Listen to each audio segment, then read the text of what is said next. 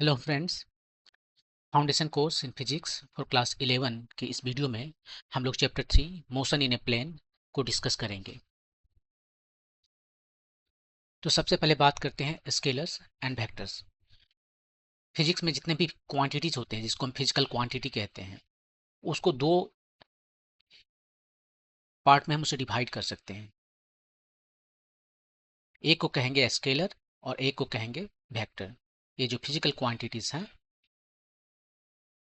इसको हम डिवाइड कर रहे हैं टू पार्ट्स में। एक है स्केलर्स और दूसरा है वेक्टर्स। ये दोनों में क्या डिफरेंस है? दोनों में डिफरेंस यही है कि एक में केवल मैग्नीट्यूड है और दूसरा में मैग्नीट्यूड के साथ साथ डायरेक्शन भी है।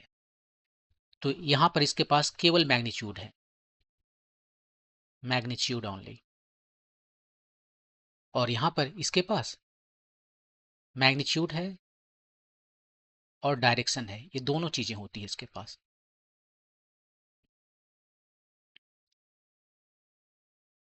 और दूसरा जो डिफरेंस है कि जो भी स्केलर्स होते हैं उससे यदि हमें ऐड करना है, सब्ट्रैक्ट करना है, मल्टीप्लिकेशन करना है, डिवीजन करना है, जो कुछ भी करना है वो बिल्कुल रियल नंबर्स को जैसे हम ऐड करते हैं, सब्ट्रैक्ट करते हैं, मल्टीप्लाई या डिवाइड करते हैं, वो रूल्स अप्लाई करेंगे। जैसे कि 2 टाइम्स 3 6 या 2 + 4 6, तो उसको कहते हैं एल्जेब्रिक रूल्स। एल्जेब्रिक रूल्स जो है सो यहाँ पर फॉलो होगा एडिशन के लिए, सब्ट्रैक्शन के लिए, डिवीजन मल्टीप्लिकेशन के लिए। और वो सारे जो है सो यहाँ पर हम अब यदि देखें तो एडिशन हो या सब्ट्रैक्शन हो या मल्टीप्लिकेशन हो, मल्टीप्लिकेशन, डिवीजन नहीं डिफाइन है, मल्टीप्लिकेशन, ये सभी जो है सो एल्जेब्रिक रूल नहीं चलते हैं। No algebraic rule, special rule चलते हैं जिसको हम कहते हैं वेक्टर रूल्स।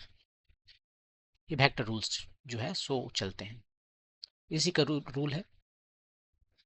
तो इसका जो एडिशन, सब्ट्रैक्शन, मल्टीप्लिकेशन है वो डिफरेंट तरीके से होता है, इसका जस्ट एल्जेब्रिक तरीके से होता है। ये दो डिफरेंस हैं यहाँ पर। एग्जाम्पल के लिए यदि हम देखें, क्या है एग्जाम्पल, इसका एग्जाम्पल क्या है स्केलर्स का? स्केलर्स का एग्जाम्पल लास्ट चैप्टर में हमने पढ़ा था, वहां पर डिस्टेंस की बात किया था। वो डिस्टेंस जो है वो इसका एग्जाम्पल है।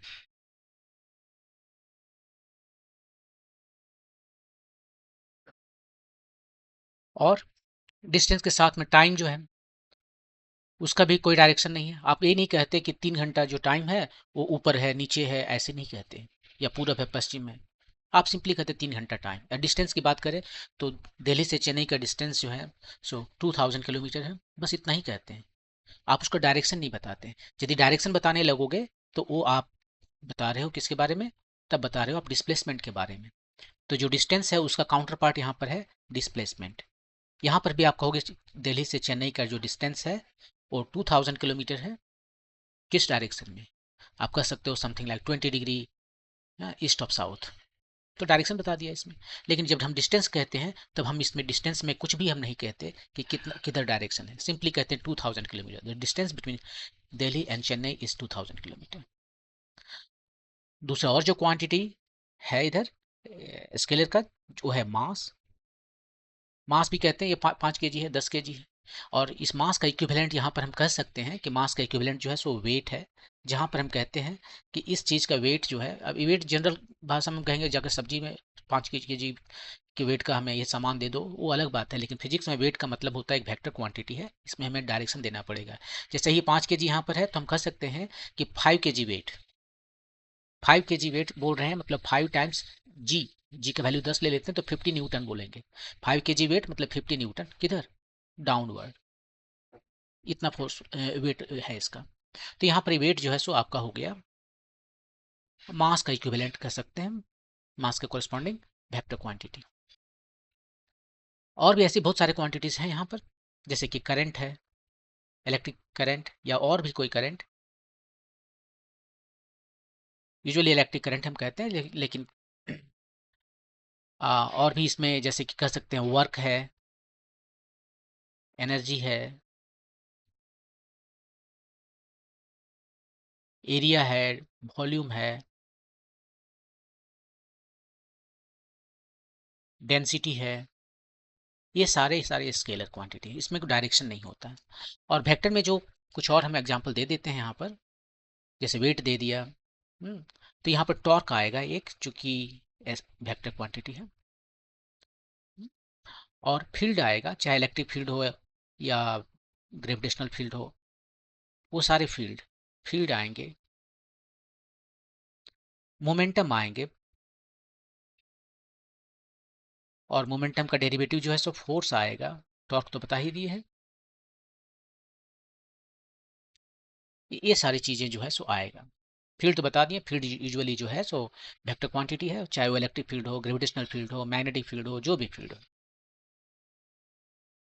करंट डेंसिटी जो है सो कह सकते हैं, वहाँ करंट था, यहाँ करंट डेंसिटी जो है वो वेक्टर क्वांटिटी है। तो इस तरह से वेक्टर क्वांटिटी होते हैं, जिसमें मैग्नीट्यूड होते हैं, डायरेक्शन होते हैं, मैग्नीट्यूड प्लस डायरेक्शन, और उसका एडिशन जो है सो डिफरेंट रूल से होता है। जबकि स्केलर में केवल मैग्नीट्यूड होते हैं, और उसका एडिशन, सब्ट्रैक्शन, मल्टीप्लिकेशन, डिवीजन, वो सारे जो है सो अलजेब्रा के रूल को फॉलो करते हैं। तो ये है स्केलर एंड वेक्टर क्वांटिटीज। इस चैप्टर में हम स्केलर के बारे में तो कुछ बात नहीं करना है, क्योंकि स्केलर तो अब क्लास 1 से 9 10 तक पढ़ते ही आ रहे हैं। अब जो है वेक्टर के बारे में थोड़ा बात करेंगे। तो सबसे पहले स्टार्ट करते हैं position vector and displacement vector. ये क्या है position vector and displacement vector? हम सबसे पहले क्या करते हैं, डिस्टेंस में मेजर करना है। कहाँ से मेजर करें? एक हमारे पास रेफरेंस ओरिजिन होना चाहिए। तो हम क्या करते हैं, एक हम रेफरेंस ओरिजिन ले लेते हैं। ये हमारा रेफरेंस ओरिजिन है। अब पार्टिकल जो है कहीं भी हो सकता है इस एक्स वाई प्लेन में। अब मान लीजिए ग्राउंड है, जो फ्लैट ग्राउंड है, वो एक्स डायरेक्शन इधर है, इधर वाई डायरेक्शन है। पार्टिकल कहीं भी हो सकता है, ऑब्जेक्ट हमारा जो है कहीं भी हो सकता है। ये मान लीजिए ऑब्जेक्ट हमारा पी है यहाँ, ठीक है। तो इस पी ऑब्जेक्ट का यदि हम ओरिजिन ओ से मिला दें तो एक वेक्टर बन जाएगा। इसको हम मिला दिए तो एक वेक्टर बन गया। इस वेक्टर को हम कह रहे हैं पोजीशन वेक्टर, पी का पोजीशन वेक्टर।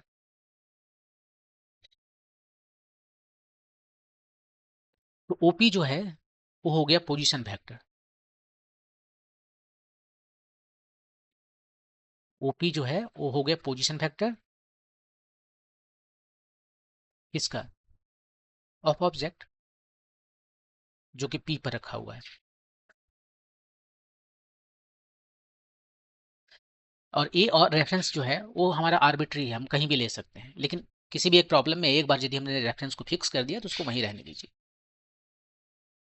जब ये यदि आप इसको मूव करेंगे तो गलती होने का चांसेस रहता है। तो यही हमारा पोजीशन वेक्टर है। किसी एक रेफरेंस ओरिजिन के रेस्पेक्ट में ऑब्जेक्ट का जो पोजीशन है,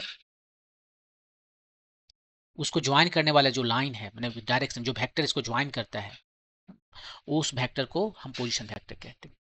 अब मान लीजिए पार्टिकल पी से मूव करके यहाँ पर मान लीजिए कोई टाइम टी इक्वल टू 0 पर है, और ये मूव करके आ गया मान लीजिए यहाँ पर पी प्राइम पर आ गया, मूव कर गया t t t equal to t time में। अब इसका पोजीशन वेक्टर चेंज कर गया। देखिए, ये यदि इसमें मोशन है तो इसका पोजीशन वेक्टर चेंज करेगा, राइट। तो अब इसका पोजीशन वेक्टर हो गया ओपी प्राइम। इसका पोजीशन वेक्टर हो गया ओपी प्राइम। ओपी प्राइम जो है सो पीवी पर position vector at t equal to t, और ये था एट टी इक्वल टू 0। और यदि P से लेकर हम P प्राइम को ऐड करें, एक वेक्टर बनाए, पार्टिकल किधर से चल रहा था, P से चलना शुरू किया, P प्राइम पर पहुंच गया, तो इसको हम कहेंगे P प्राइम जो वेक्टर है, इसको कहेंगे हम डिस्प्लेसमेंट वेक्टर।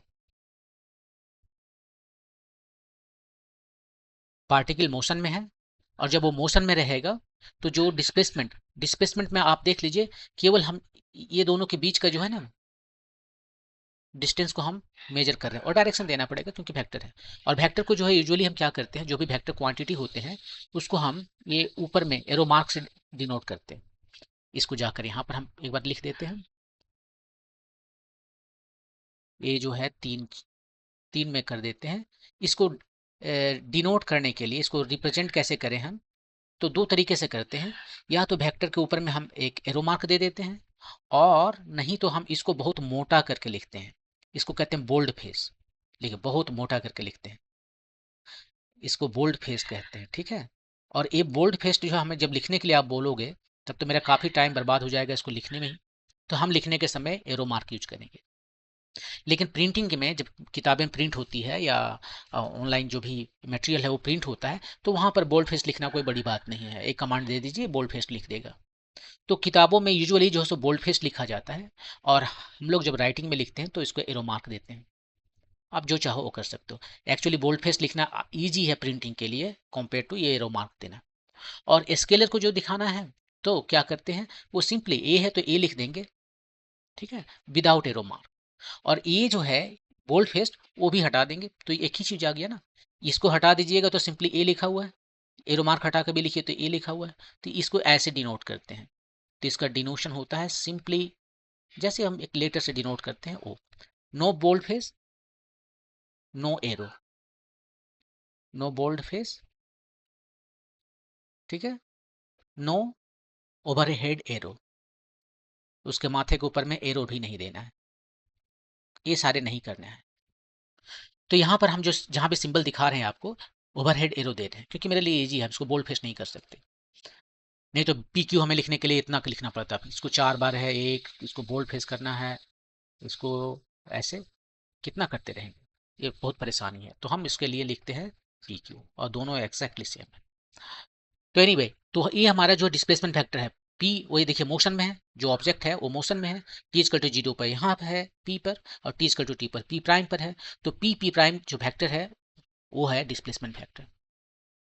अब यदि यहाँ पर आप अभी आएगा तुरंत कि ये जो डिस्प्लेसमेंट फैक्टर है कुछ देर के बाद पता चलेगा क्यों हो रहा है, लेकिन अभी बस हमारे वर्ड को ले लीजिए कि पी पी प्राइम जो है सो फाइनल पोजीशन का जो पोजीशन फैक्टर है, position factor of final point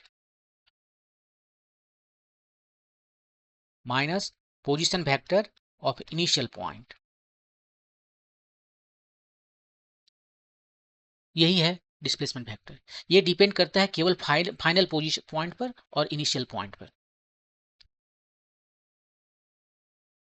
ये इस पर डिपेंड नहीं करता कि कैसे इधर मूव किया है, ठीक है। यदि ऐसे करके मूव किया हो, ऐसे मूव किया हो, कैसे भी मूव किया हो, उसको कोई फर्क नहीं पड़ता है। ये रास्ता मैं दिखा रहा हूँ, ये वेक्टर नहीं है, रास्ता दिखा रहा हूँ। यहाँ पर है टी इक्वल टू 0 पर, टी इक्वल टू टी पर यहाँ पर है, तो जो डिस्प्लेसमेंट फैक्टर है सिंपली फाइनल पॉइंट का पोजीशन फैक्टर जो कि ओ पी है, ओ पी प्राइम एक्चुअली, और इनिशियल पॉइंट का पोजीशन फैक्टर ओ पी है, ऐसे।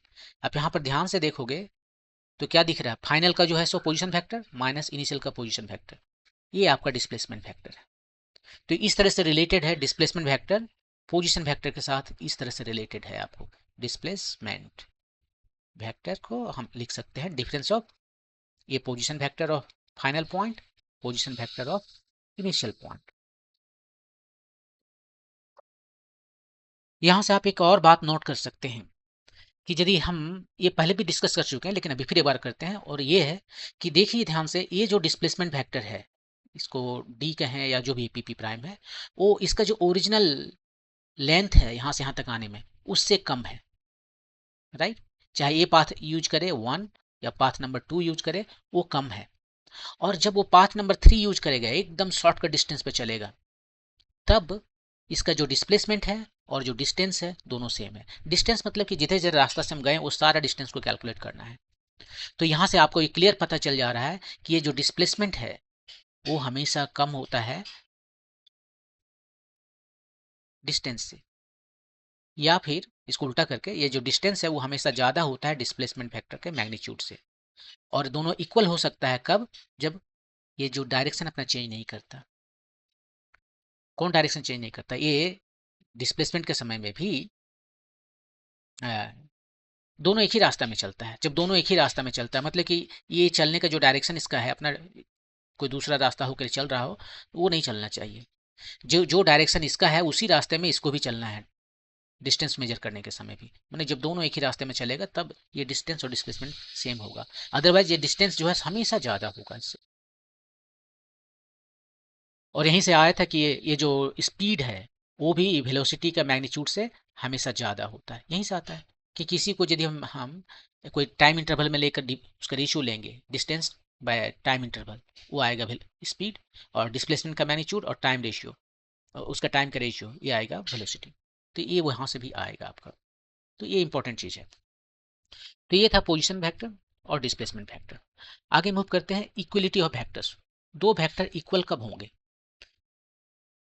क्या आप देखिए, एक वेक्टर ए है, वेक्टर को ऐसे रिप्रेजेंट कर सकते हैं, मान लीजिए वेक्टर ए है, एक वेक्टर ए है, ये दोनों सेम है क्या? नो, नहीं है। बहुत सिंपल देख कर ही बता सकते हैं, नहीं है। अच्छा, ये एग्जाम्पल छोड़िए, अब दूसरा एग्जाम्पल देखिए। ए वेक्टर और ए वेक्टर, थोड़ा सा दोनों पैरेलल है, ये वेक्टर ए और वेक्टर बी। ये मान लीजिए लेंथ में 5 सेंटीमीटर है, तो ये भी 5 सेंटीमीटर है, और डायरेक्शन दोनों का सेम है। दोनों का डायरेक्शन सेम है, same direction,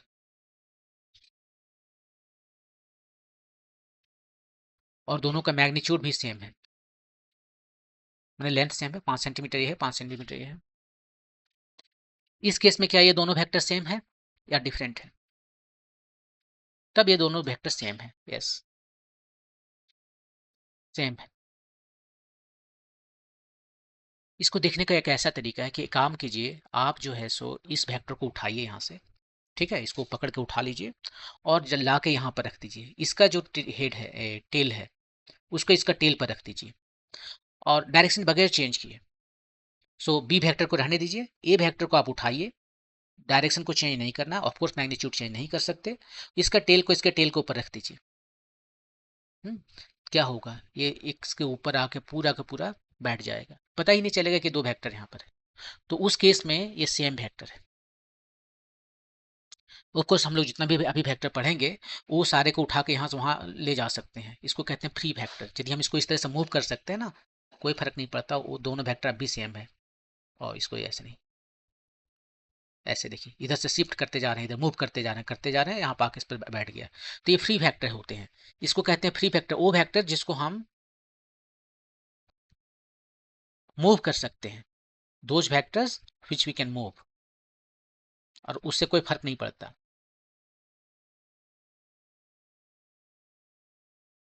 we can freely move. कुछ ऐसे वेक्टर होंगे जिसको आप जहां तहां नहीं अप्लाई कर सकते, उससे प्रॉब्लम होने लगेगा, उसके बारे में हम भी डिस्कस नहीं करेंगे, ठीक है। लेकिन ये फ्री वेक्टर्स हैं, उसको कहते हैं फिक्स्ड वेक्टर। एक पर्टिकुलर पॉइंट पर ही उसका स्टार्टिंग, इसको वहीं रहने देना है, फिक्स रखना है। लेकिन ज्यादातर वेक्टर जो है सो फ्री वेक्टर होते हैं, उसको यहाँ से वहां उठा कर ले जा सकते हैं, और हमें कोई प्रॉब्लम नहीं होता। तो इक्वल वेक्टर वो दो वेक्टर हैं, ए और बी वेक्टर इक्वल हैं, यदि दोनों का मैग्नीट्यूड सेम है और दोनों का डायरेक्शन सेम है, और वो कहीं भी हो सकते हैं, एक यहाँ है, एक यहाँ है, कोई फर्क नहीं पड़ता, वो दोनों इक्वल वेक्टर। अब क्या करें? अब जो है सो multiplication of A vector by scalar. Scalar मतलब रियल नंबर, वेक्टर क्वांटिटी है, scalar quantity, scalar quantity just a real number, 1, 1.5 कुछ भी हो सकता, -3। तो हमारे पास एक वेक्टर है, ये वेक्टर ए है, और एक स्केलर ले लेते हैं, कोई रियल नंबर ले लेते हैं, उसको लैम्डा से डिनोट करते हैं। यदि इस वेक्टर को हमने लैम्डा से मल्टीप्लाई कर दिया तो क्या होगा? मान लीजिए हमारा डिस्प्लेसमेंट जो है वो है 5 सेंटीमीटर, कोई डायरेक्शन में, मान लीजिए ईस्ट डायरेक्शन में, और यदि इसको आप डबल कर देते हैं, 2 टाइम्स इसको कर, ये हमारा वेक्टर है, ठीक है, इसको 2a कर देते हैं, 2 से मल्टीप्लाई कर देते हैं, तो क्या हो जाएगा? तो ये वेक्टर जो है सो डबल हो जाएगा। अभी 5 मीटर चला है ना, 5 सेंटीमीटर चला, अब 10 सेंटीमीटर चलेगा, 2 टाइम्स 5 सिंपली, और डायरेक्शन वही रहेगा, किधर है? एलोंग ई, एलोंग ई, ईस्ट की ओर है। तो ये वेक्टर बन जाएगा ऐसे बड़ा, डबल हो जाएगा, वो 5 सेंटीमीटर था, ये 10 सेंटीमीटर हो गया, लेकिन डायरेक्शन चेंज नहीं होगा, ये अब भी उसी डायरेक्शन में।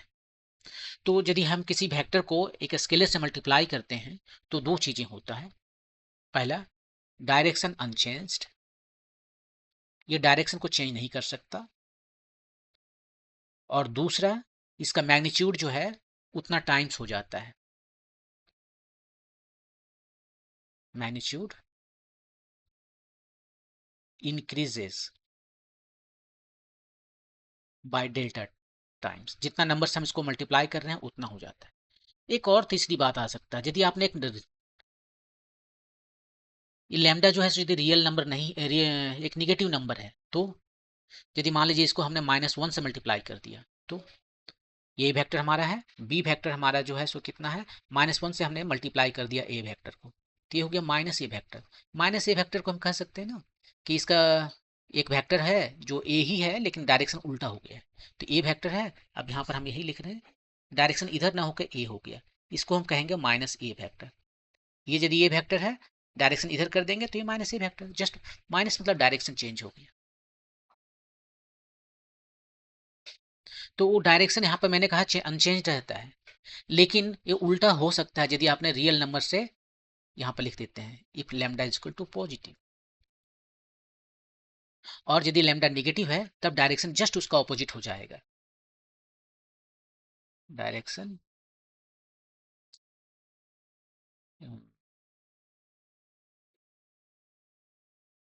Becomes opposite. ऑपोजिट मेरे कहने का मतलब ये है कि वो 180 डिग्री से टर्न कर जाएगा। If lambda is a negative number, तो लैम्डा यदि पॉजिटिव है तो डायरेक्शन चेंज नहीं होगा, और निगेटिव है तो डायरेक्शन उसका जस्ट अपोजिट हो जाएगा, और दूसरा डायरेक्शन में जाने का तो सवाल ही पैदा नहीं होता। जो यहाँ पर मेनली हम कहते हैं डायरेक्शन अनचेंज है, मतलब इधर डायरेक्शन है इधर कभी नहीं जा सकता, इस सारे डायरेक्शन में इधर इधर इधर इधर इधर इम्पॉसिबल है, नहीं जा सकता। यदि जाना है -1 से मल्टीप्लाई करेंगे तो ये यहाँ से उधर ना जाकर, राइट ना जाकर, ये लेफ्ट जा सकता है, यही एक पॉसिबिलिटी है। तो यही होता है multiplication of A vector by scalar. Direction unchanged है, यदि लैम्डा पॉजिटिव, जिस नंबर से मल्टीप्लाई कर रहे हैं वो पॉजिटिव है, तो डायरेक्शन बिल्कुल चेंज नहीं होता, और यदि नेगेटिव है तो ये ऑपोजिट हो जाता है, राइट में ना जाकर लेफ्ट में चला जाता है, और मैग्नीट्यूड तो इसका सेम का सेम रहता है, कोई चेंज नहीं होता। ओके, नेक्स्ट देखते हैं क्या है। नेक्स्ट है addition and subtraction of two vectors, graphical method. ये इसके लिए बहुत सारे मेथड्स हैं, तो पहले ग्राफिकल मेथड की बात करेंगे। ग्राफिकल मतलब हम ट्रायंगल क्वाड्रिलेटरल बनाएंगे और उसी से हम देखेंगे। तो ये ग्राफिकल मेथड का फायदा ये है कि ये विजुअलाइजेशन देता है हमें एक विजुअल हैप्पीनेस देता है, हम देखते हैं कि कहाँ क्या हो रहा है। इसके बाद आएगा एनालिटिकल मेथड, उसमें विजुअल कुछ नहीं आएगा, पता नहीं चलेगा कहाँ क्या हो रहा है, लेकिन फाइनल आंसर आपको आ जाएगा। तो ये जो है विजुअल जो है सो हैप्पीनेस देता है आपको, ग्राफिकल मेथड है, विजुअलाइजेशन देता है, आपको समझ में आएगा कहाँ क्या हो रहा है। तो देखिए एडिशन करना है या सब्ट्रैक्शन करना है, पहले एडिशन के बारे में बात करते हैं। दो वेक्टर लेते हैं और उसको ऐड करना है ग्राफिकल मेथड से। लीजिए एक वेक्टर ए है, दूसरा वेक्टर बी है, और ये दोनों को ऐड कीजिए। क्या करेंगे, तो पहले ये करना है कि दोनों का नहीं, एक का हेड पर पहला वेक्टर को चूज कीजिए। पहले चूज फर्स्ट वेक्टर, हमने चूज कर लिया वेक्टर ए, आप बी भी चूज कर सकते हो, ये मान लीजिए चूज कर लिया। दूसरा काम क्या कर रहे हैं, ये पहला वेक्टर के हेड पर दूसरा का टेल को रखना है। Put tail of second vector on first vector. तो यहां पर बनाते हैं हम इसको, ये पहला वेक्टर हमारा हो गया, ये इसका हेड यहाँ है, दूसरा को पकड़ के हम इसको मूव कर सकते हैं। जब तक हम इसका मैग्नीट्यूड चेंज नहीं करते, डायरेक्शन चेंज नहीं करते, तब तक हम इसको मूव कर सकते हैं, यहाँ से उठा के उधर इधर ले जा सकते हैं। तो इसको यहाँ से उठाएं और इसका टेल को यहाँ रख दिए, और इसका मैग्नीट्यूड चेंज नहीं करना है, डायरेक्शन चेंज नहीं करना है। देखिए ये पैरेलल है ना, हाँ पैरेलल बनाने की कोशिश की है, ये हमारा बी है, मैग्नीट्यूड भी चेंज नहीं किया, यहाँ पर हमने रख दिया। अब आपका जो रिजल्टेंट जो है, माने कि ये दोनों का एडिशन जो है, वो है कौन सा वेक्टर, वो है वेक्टर पहला के टेल से दूसरा का हेड को जो ज्वाइन कर रहे हैं, वो वेक्टर पहला के टेल से दूसरा का हेड को ज्वाइन करने वाला वेक्टर ही ये आपका रिजल्टेंट वेक्टर है, मतलब दोनों का एडिशन है। तो इसको कहते, ये बना दिया इसने एक ट्रायंगल, तो इसको ट्रायंगल मेथड कहते हैं, triangle method of vector addition है ये।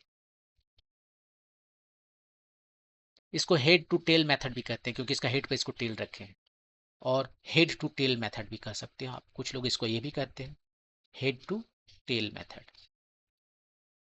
Of vector addition. लेकिन यहाँ दो ही वेक्टर को ऐड कर सकते हो, ऑफ वेक्टर एडिशन।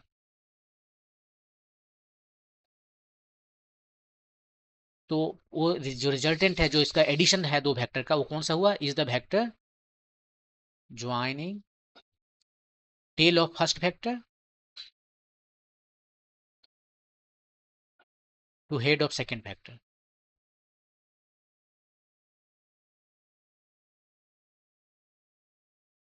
तो इसमें क्या करना है, दो वेक्टर को ऐड करना है, एक वेक्टर चूज करते हैं, पहले कौन सा वेक्टर लेना है वो आप डिसाइड करो, और उस वेक्टर के हेड पर दूसरा वेक्टर को टेल रख दीजिए।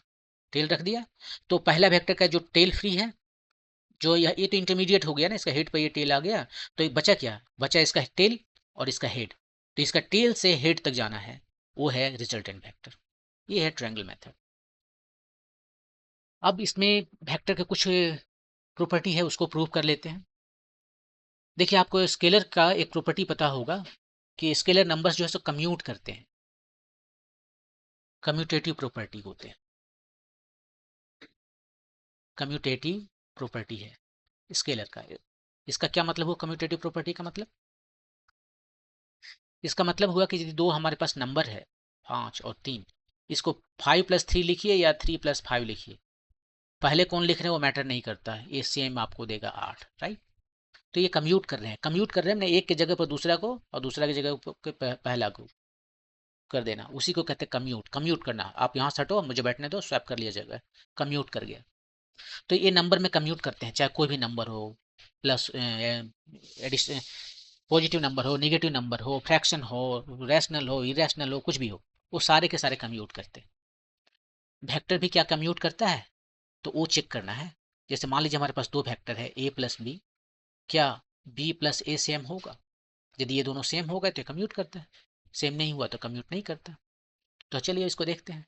मान लीजिए एक वेक्टर हमारा a है, ठीक है, और दूसरा वेक्टर हमारा b है। ऐसे हम ले रहे हैं पहले LHS, a प्लस बी निकालेंगे। पहला वेक्टर लिए, पहले लेना है पहला वेक्टर ले लिए, पहला वेक्टर के हेड पर दूसरा वेक्टर को डालना है, डाल देते हैं यहाँ पर, कुछ इस तरह से है। ये हो गया बी वेक्टर। रिजल्टेंट कौन आया? रिजल्टेंट आया आपका ए वाला वेक्टर, राइट। ये है आपका a प्लस बी। RHS, अब RHS देखते हैं। RHS क्या है? b प्लस ए। तो पहले b वेक्टर लीजिए, ये b वेक्टर हमने पहले लिया, और इसका हेड पर हम दूसरा का टिल डालेंगे। ये है, किधर जा रहा है, कुछ ऐसे जा रहा है, ठीक है। तो पहला के टेल से दूसरा के हेड तक जाना है हमें, जो कि रिजल्टेंट होगा। ये आपका बी वेक्टर है, ये आपका ए वेक्टर है, कि बी के हेड पे ए को डाला है, तो ये हो गया बी प्लस ए। अब आप यहाँ से यदि, हमने तो हाथ से यूं ही बना दिया ना अंदाज से, लेकिन मान लीजिए आप रूलर ले लेते हैं, पेंसिल ले लेते हैं, और आप एंगल प्रोक्टर भी ले लेते हैं, और उसको मेजर करके एंगल, ये जितना एंगल यहाँ पर है दोनों के बीच में, दोनों नहीं, ये तो मेजर करके आप जो है सो एंगल यहाँ पर फिक्स कर लीजिए कि दोनों के बीच में जो एंगल मान लीजिए 60 डिग्री है। तो ये को यहाँ पर लीजिए 60 डिग्री पर, इधर जो है ये जो ये तो 60 नहीं होगा, 60 ये होगा, ये 60 पर जो है सो बी को डालिए, इसको मेजर कीजिए। अब यहाँ पर पहले बी को ले लीजिए, इस वेक्टर को, ठीक है, और उसके बाद में ए के साथ उसका कितना एंगल है? 60 डिग्री। तो बी के साथ ए का एंगल है ये वाला 60 डिग्री, और इसको कीजिए, आप पाओगे कि ये दोनों एक्जैक्टली सेम है। तो आप पाओगे कि ये एक्जैक्टली सेम है यहाँ पर, बी प्लस ए। तो इसका मतलब है ये कम्यूट करता है, लाइक स्केलर वेक्टर भी कम्यूट करता है, दो वेक्टर जो है कम्यूट कर रहा है, ठीक है। तो कम्यूटेटिव प्रॉपर्टी तो प्रूफ हो गया। नेक्स्ट देखते हैं दूसरा प्रॉपर्टी, एक है एसोसिएटिव प्रॉपर्टी।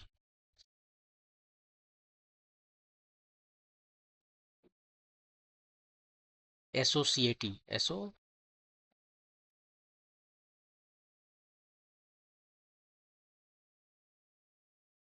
एसोसिएटिव प्रॉपर्टी, ये वाला जो है, ये स्केलर में क्या होता है, स्केलर मान लीजिए हमारे पास नंबर है 3 ठो, a प्लस बी प्लस सी, और फिर है a प्लस बी प्लस सी। पहले जो है सो हम ये दोनों को ऐड करते हैं और तीसरा को बाद में ऐड करते हैं, या फिर हम पहला दो को पहले ऐड करेंगे वो तो ऑलरेडी कर चुके हैं। पहला अकेले इसको दोनों को पहले ऐड करते हैं और उसके बाद इसको ऐड करते हैं। यदि ए होता है तो इसको कहते हैं एसोसिएटिव रूल। वेक्टर में भी क्या ऐसा होता है, चेक करना होगा। ए वेक्टर, दो ठो वेक्टर को पहले ऐड करके तीसरा वेक्टर डाल दिए, उसको भी ऐड किए। पहला वेक्टर के साथ में पहले ये दोनों को ऐड करके हम डालेंगे तो हमें मिलेगा ये वेक्टर। तो इसको प्रूफ करना है, ये है या नहीं है, इसका प्रूफ ये है एक्चुअली। अब प्रूफ करके दिखाता हूँ। क्या करता हूँ, तीन वेक्टर ले लेता हूँ। मान लीजिए ये हमारा जो वेक्टर है, एक वेक्टर ए है, ये बी वेक्टर ऐड करना है। मान लीजिए बी वेक्टर ए है, ठीक है। और सी वेक्टर हमारा मान लीजिए ये है। तीन तो वेक्टर हमारा, और एक के हेड पर दूसरा का टेल रखें, दूसरा के टेल पर हेड पर तीसरा का टेल रखें, ऐसे रख दिए। अब हम यहाँ पर ऐड करते हैं। ए और बी को पहले ऐड करना है, ये रहा हमारा ए और बी, ठीक है। अब ए बी के साथ में सी को ऐड करना है, तो पहला के हेड पर दूसरा का टेल रखिए, ये रख दिए, ये आ गया हमारा। तो ये क्या हो गया, ए प्लस बी, पहले ए वाला है, प्लस सी वेक्टर। अब हम क्या करते हैं, अब दूसरा लेते हैं इधर से। ये वेक्टर को ऐड करेंगे, पहले बी और सी को ऐड कर लेते हैं। बी किधर है, ये है बी, और सी इधर है। तो बी प्लस सी कौन होगा, देखिए रेड से हम दिखा रहे हैं। ये हो गया आपका बी वेक्टर और सी वेक्टर का समेशन। बी वेक्टर और सी, ये बी वेक्टर है, ये सी वेक्टर है, ये बी हुआ, ये सी हुआ। तो ये वेक्टर हो गया बी प्लस सी। उसको ऐड कर देना है ए के साथ में, लेकिन पहले ए लेंगे उसके बाद बी प्लस सी के साथ ऐड करेंगे। तो ए वेक्टर हम पहले ले रहे हैं, ए वेक्टर लिए, उसके बाद में बी प्लस सी ले रहे हैं। मतलब ये इसके हेड पर बी प्लस सी का टेल रखेंगे, यहाँ पर रखे टेल बी प्लस सी का। तो रिजल्टेंट क्या आया, ये वाला आया। ये क्या हो गया, ये वेक्टर प्लस इधर से ये जो वेक्टर था बी प्लस सी, ये बी प्लस सी है, और ए प्लस बी जो है सो ए वाला है। तो देखिए ये है ए प्लस बी प्लस सी, और वही वेक्टर है ए प्लस बी प्लस सी। मतलब ये हो रहा है, मतलब ये कम्यूट करता है, एसोसिएट करता है। तो इस तरह से जो वेक्टर है वो एसोसिएटिव लॉ को फॉलो करते हैं, ठीक है। अब देखते हैं सब्ट्रैक्शन को। ये तो एडिशन था, मैंने केवल एक रूल बताया एडिशन का, वो बताया ट्रायंगल रूल। अब सब्ट्रैक्शन करना है, जैसे दो वेक्टर हमारे पास है, एक है ए और एक है बी, ठीक है। ये दोनों को हमें सब्ट्रैक्ट करना है, ऐड नहीं करना है। ऐड करना होता तो ये सीधे हो जाता, राइट। तो सब्ट्रैक्ट करना है, तो सब्ट्रैक्ट करने के लिए क्या करेंगे, आपने अभी पढ़ा था कि यदि किसी वेक्टर को हमने मल्टीप्लाई करना है किसी नंबर से, तो क्या होता है, उसका मैग्नीट्यूड चेंज नहीं करता, डायरेक्शन जो है उतना टाइम हो जाता है। लेकिन यदि किसी वेक्टर को आप मल्टीप्लाई करो -1 से, जैसे ये वेक्टर हमारा ए है, इसको यदि हम मल्टीप्लाई कर देते हैं -1 से, तो क्या होता है, मैग्नीट्यूड चेंज नहीं होता, लेकिन डायरेक्शन ये माइनस की वजह से जस्ट उल्टा हो जाता है, एग्जैक्टली उल्टा हो जाता है। मतलब ये था हमारा ए वेक्टर, तो अब बी वेक्टर जो -1 वेक्टर है वो एक्जैक्टली ऑपोजिट, ये लेंथ सेम होगा, ये हो गया आपका माइनस ए वेक्टर। तो माइनस ए वेक्टर क्या है, जैसे कि दो वेक्टर हमें ऐड करना, सब्ट्रैक्ट करना है, ए वेक्टर को बी के साथ सब्ट्रैक्ट करना है, तो हम इसको कह सकते हैं कि ए प्लस माइनस बी वेक्टर। हम ए वेक्टर को ऐड कर रहे हैं माइनस बी वेक्टर से, और माइनस बी वेक्टर क्या है, यहाँ से देखिए माइनस ए वेक्टर क्या है, ए वेक्टर का जस्ट -1 से मल्टीप्लाई किया हुआ, डायरेक्शन ऑपोजिट किया हुआ है। तो यहाँ पर जो है सो हमें ए और बी को माइनस करना है, ए माइनस बी करना है इसका। तो क्या करेंगे, सबसे पहले बी को हम माइनस कर देंगे, मतलब इसका ये हो गया आपका minus B vector. Just direction change कर देंगे, मैग्नीट्यूड सेम, जो मैग्नीट्यूड इसका है वही मैग्नीट्यूड इसका, डायरेक्शन सेम कर दी। और उसके बाद में ए और माइनस बी को ऐड कर देंगे। ये तो आसान है, ए और माइनस बी को ऐड करना, ए और माइनस बी को ऐड कर दी। तो ये वेक्टर आपका हो गया A vector plus minus B vector, मतलब ये माइनस बी वेक्टर। तो इस तरह से हम एडिशन करते हैं, सब्ट्रैक्शन करते हैं। तो सब्ट्रैक्शन करने के लिए क्या है, सब्ट्रैक्शन करने के लिए यही है कि हम सब्ट्रैक्शन करते हैं, मतलब एडिशन करते हैं विथ ऑपोजिट वेक्टर। इसको हम ऑपोजिट वेक्टर कह सकते हैं, opposite of B vector, opposite of B vector कह सकते हैं। तो दो वेक्टर का एडिशन सब्ट्रैक्शन क्या है? First vector and opposite of second vector का एडिशन है। तो इस तरह से हम सब्ट्रैक्ट करते हैं।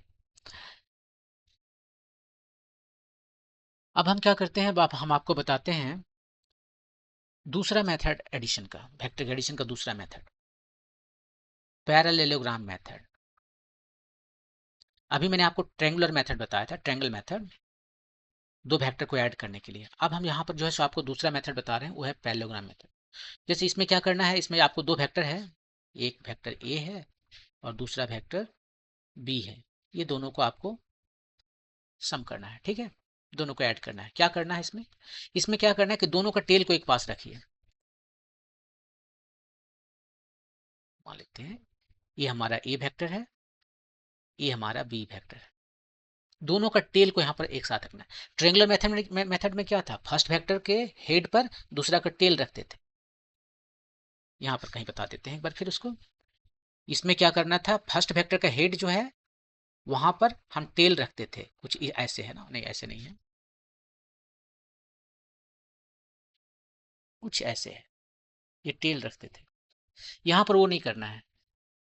थोड़ा सा इसको हम इसको हॉरिजॉन्टल बना देते हैं ताकि यहाँ पर मेरे लिए इजी हो।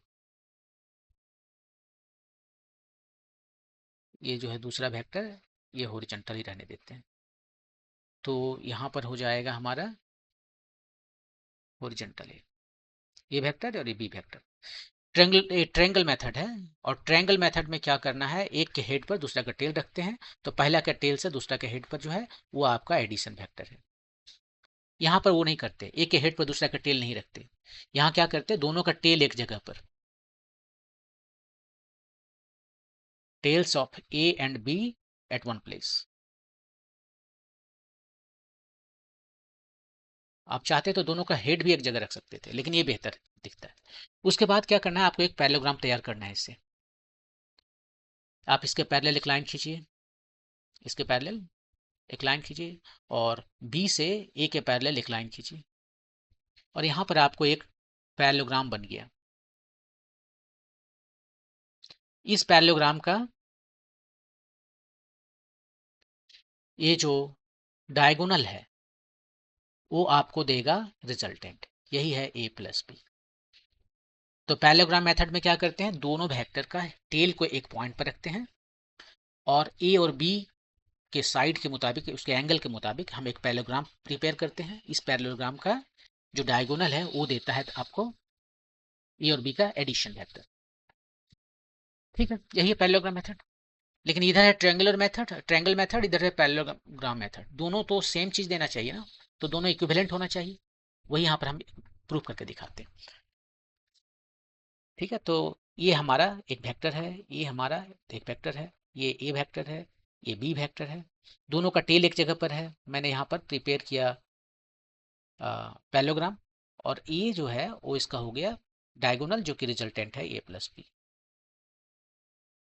पैरेललोग्राम मेथड से, पैरेललोग्राम मेथड से ये आया आपको।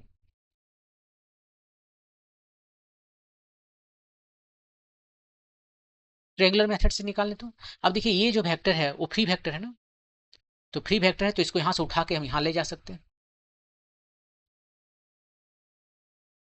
तो इसका डायरेक्शन चेंज नहीं होगा, इसका मैग्नीट्यूड चेंज नहीं होगा। और पैरेललोग्राम में आपको पता है कि ऑपोजिट साइड का मैग्नीट्यूड सेम होता है और दोनों पैरेलल होते हैं, पैरेलल होते हैं मतलब डायरेक्शन दोनों का सेम है। तो इसको यदि उठा के हम यहाँ रखें तो ये वेक्टर आएगा हमारा। ये जो वेक्टर है इसको दूसरा कलर से दिखाते हैं, ये जो वेक्टर दिख रहा है आपको वही ए वेक्टर है। और उसके बाद में अब जो है सो नीचे वाला, इसमें नीचे वाले ट्रायंगल में ट्रायंगल मेथड लगाइए। पहले वेक्टर बी है और बी को ए के साथ ऐड कर दिए, तो ए कितना आ गया, ए आ गया बी प्लस ए। यहाँ पर मैंने ए प्लस बी लिखा है, एक्चुअली इसको बी प्लस ए ही लिखना चाहिए था, लेकिन कोई फर्क नहीं पड़ता। हम ए प्लस बी को बी प्लस ए लिख सकते हैं, क्योंकि अभी कुछ देर पहले मैंने आपको दिखाया कि ये जो वेक्टर है वो कम्यूट करते हैं, ये कम्यूटेटिव लॉ को फॉलो करते हैं। तो ये प्लस बी की जगह हम बिंदास बी प्लस ए लिख सकते हैं। तो देखिए मुझे यहाँ पर लिखना चाहिए था ए प्लस बी, बी प्लस ए, पहले बी था ए था तो बी प्लस ए लिखना चाहिए था, मैंने ए प्लस बी लिख दिया, कोई बात नहीं, ये कम्यूट करता है तो हम लिख सकते हैं। तो यहाँ पर देखिए पैरेललोग्राम मेथड से भी यही वाला वेक्टर आया डायगोनल, दोनों का सम, और ट्रेंगुलर मेथड से भी यही वाला आया, दोनों का सम, मतलब दोनों मेथड सेम दे रहा है, तो कोई बात नहीं, तब तो अच्छी बात है। तो आपको जो भी मेथड यूज करना हो, ट्रेंगल मेथड यूज करना हो वेक्टर एडिशन का, उसको कीजिए, पैरेललोग्राम मेथड यूज करना है उसको कीजिए। तो ये है पैरेललोग्राम मेथड और ट्रेंगल मेथड वेक्टर एडिशन का। अब जब वेक्टर एडिशन के मेथड आप जान चुके हैं तो एक एक्सरसाइज कीजिए। एक एग्जांपल दिया हुआ है, मैंने इस बुक से सीधे एग्जांपल वही ले लिया है, मैंने अपना कोई क्वेश्चन नहीं बनाया। क्या है example? Rain is falling vertically with a speed of 35 metre per second. पानी नीचे गिर रहा है, किस स्पीड से? 35 मीटर पर सेकेंड से। इसको हम, इसका स्पीड है तो एक्चुअली वेलोसिटी है, वी आर है, V for velocity, R for rain, rain गिर रहा है किस स्पीड से? 35 मीटर पर सेकेंड। इसका मैग्नीट्यूड है, डायरेक्शन है नीचे, देखिए इधर ये नीचे है, और winds start blowing after some time with a speed of 12 metre per second in east to west direction.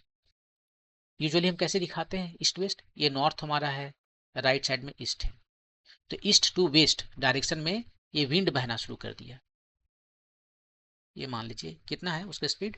12। ये 32 है तो मुझे स्केल में कोशिश करना चाहिए, ये 35 है तो इसका 1/3 आना चाहिए लेंथ में, तो यही हमारा भी, विंड को डब्ल्यू, वी डब्ल्यू, और ये कितना है? 12 मीटर पर सेकेंड। ठीक है, ईस्ट से वेस्ट की ओर जा रहा है, ये वेस्ट है, देखिए इधर डायरेक्ट जा रहा है। In which direction should a boy waiting at a bus stop hold his umbrella, ताकि वो पानी उसके ऊपर ना गिरे। यदि आप सीधा रखेगा तो पानी जो कि किधर गिर रहा है, आप पहले देख लीजिए रिजल्टेंट पानी किधर गिर रहा है। आप यदि सीधा खड़ा है तो क्या आपके सर के ऊपर से के ऊपर एकदम वर्टिकली पानी गिर रहा है, या किसी एंगल पर पानी गिर रहा है? पानी का जो रिजल्टेंट है, ये दोनों के वजह से, यदि मान लीजिए हवा नहीं बहता तब तो आपके सर के ऊपर पानी गिर रहा है, छाता आपको एकदम 100%, 100 एकदम 90 डिग्री पर रखना था ऊपर, लेकिन हवा जब बहने लगी है तो ये जो है सीधे नहीं गिरेगा ना, थोड़ा सा तो हवा भी इसको भी इस पर अपना असर डालेगा, और थोड़ा ये टिल्ट हो जाएगा, कुछ इस तरह से गिरेगा।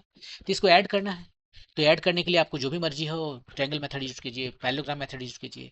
जो मैंने यहाँ पर डायग्राम बनाया है, उस डायग्राम से तो हमें ऐसा लगता है कि हम क्यों ना एक पैरेललोग्राम बना दें, और इस केस में ये दोनों के बीच का एंगल 90 डिग्री है, तो एक रेक्टेंगल बन जाएगा वह पैरेललोग्राम। तो यहाँ पर हम जो मेथड यूज कर रहे हैं, वो मेथड यूज कर रहे हैं पैरेललोग्राम मेथड, पैरेललो पैरेललोग्राम मेथड हम यूज कर रहे हैं। ठीक है, और इस मेथड में हमें एक पैरेललोग्राम बनाना है, तो यहाँ पर एक एंगल 90 डिग्री है, ये अपने आप क्या बन गया?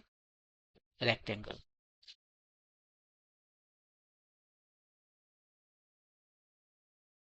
और इसमें आपको पता है कि पैरेललोग्राम मेथड में जो रिजल्टेंट है वो क्या होता है?